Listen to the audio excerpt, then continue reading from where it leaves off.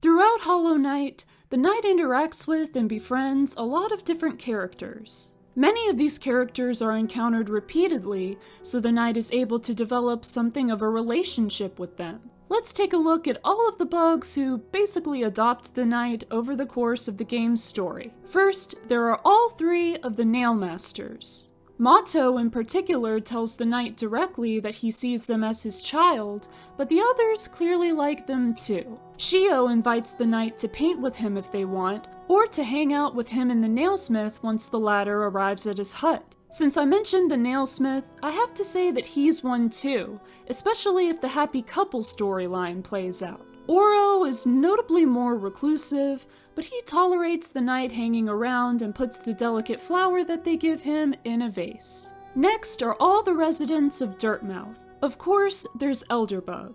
He's the first character the knight gets to listen to, and he welcomes their company whenever they come around. Iselda, Cornifer, and Sly are encountered multiple times as the knight buys supplies from them, and I'm sure they all appreciate the business, but they're down to chat each time as well. Cornifer is happy to have someone who likes mapping as much as he does. Sly has a sort of paternal relationship with the Nailmasters, and once he gives the knight the Nailmaster's glory, this relationship extends to them as well. Gigi and Jin have their house unlocked and are woken up by the knight after supposedly having shut themselves away for a long time, and I'm sure they're grateful that the knight has brought them back into the loop. Bretta definitely sees the knight as more than a friend, but I'll put her on here as well. Of course, the knight also befriends all the denizens of Grubhome by rescuing them and allowing them to return home safe and sound. The Grubs and Grubfather are eternally grateful, as they show by giving the knight many wonderful gifts.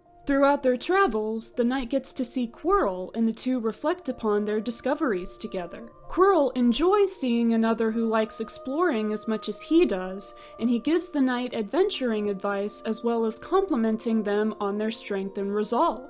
They end up leading each other to a place that they were both meant to find in the teacher's archives. At the end of it all, an especially significant bond is formed when the two share a moment silently admiring the blue lake. The knight also encounters another fellow adventurer, Cloth. She is particularly enthusiastic about combat and sees the same qualities in the knight. Even when she becomes insecure about her own fighting abilities, the knight's bravery eventually inspires her to have some of her own. Depending on how the story goes, she decides to test herself somewhere beyond Hallownest, or she and the knight take down the traitor lord side by side. In the case of the latter, Cloth is proud of them both, even though the fight turns out to be her last. Yet another character met in many places is the Stag.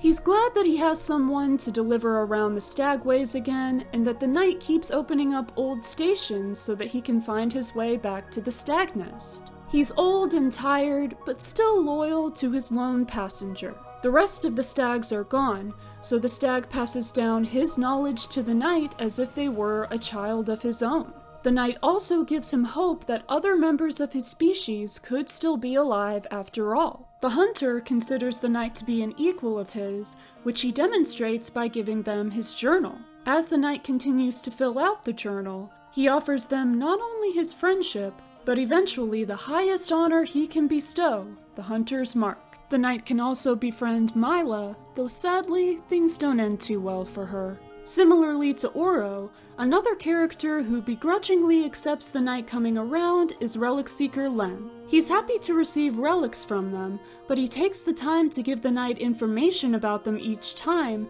so he has at least some desire to interact with them. It seems like he's otherwise just alone in his shop taking care of his collection, so I'd like to think that he secretly enjoys the knight's company during their brief encounters. Next, I'll talk about the Seer. Whenever the knight reaches a new essence collection goal, she expresses how proud she is and encourages them to find more. She likes having someone around and being able to do something besides just tending to the resting grounds on her own, but she's fond of the knight for being a diligent worker and a good listener. We can't forget Salubra. She adores the knight from the first moment she lays eyes on them. I don't think any other character compliments them on their appearance as much as she does, even Bretta. She shows her affection by selling the knight her very favorite things, charms. She'll also tell the knight everything they could want to know about charms, and rewards them for collecting so many by giving her blessing. Besides Dirtmouth, an entire village that accepts the knight's friendship is the Mantis Village. Once the knight defeats the Mantis Lords, not only do all the Mantises become passive, but they bow to the knight. All in all, they seem to be communicating that the knight is welcome to come by and hang anytime. Family can be friends too, as proven by the knight developing a positive relationship with their sister Hornet.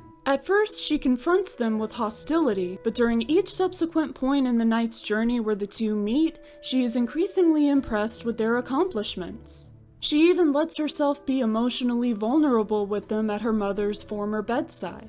Furthermore, by intervening in the battle against the Hollow Knight, she demonstrates that she trusts the knight enough to put her life into their hands. For her, that's significant. Worth a mention is the Grimm Troop and its various members. The Grimm Child is a loyal companion to the knight. Troopmaster Grimm appreciates all the work that the knight is putting into the ritual, Divine is happy that the knight gives her some charms to snack on, and Brum is open with them about his mixed feelings regarding his service to the troop. If Brum becomes Nim, he's as friendly with the knight as he is with everyone in Dirtmouth. Last but not least, we have Ogrim. He's immediately happy to befriend the knight and is yet another who admires their fighting capabilities. He likes sharing stories with them about his time as part of the Pale Court and believes them worthy of joining it. When the two wake up together in his cave, he offers them a place to stay there and mentally ponders the idea of passing down the title of Great Knight to the little vessel he's had the repeated honor of engaging in combat with. So what do you think? Which of the knight's various friendships do you find most endearing or intriguing? Let me know in the comments. Thank you for watching this video. Please give it a like if you enjoyed it and share it around if you want. I hope you have a great day, and I'll see you next time.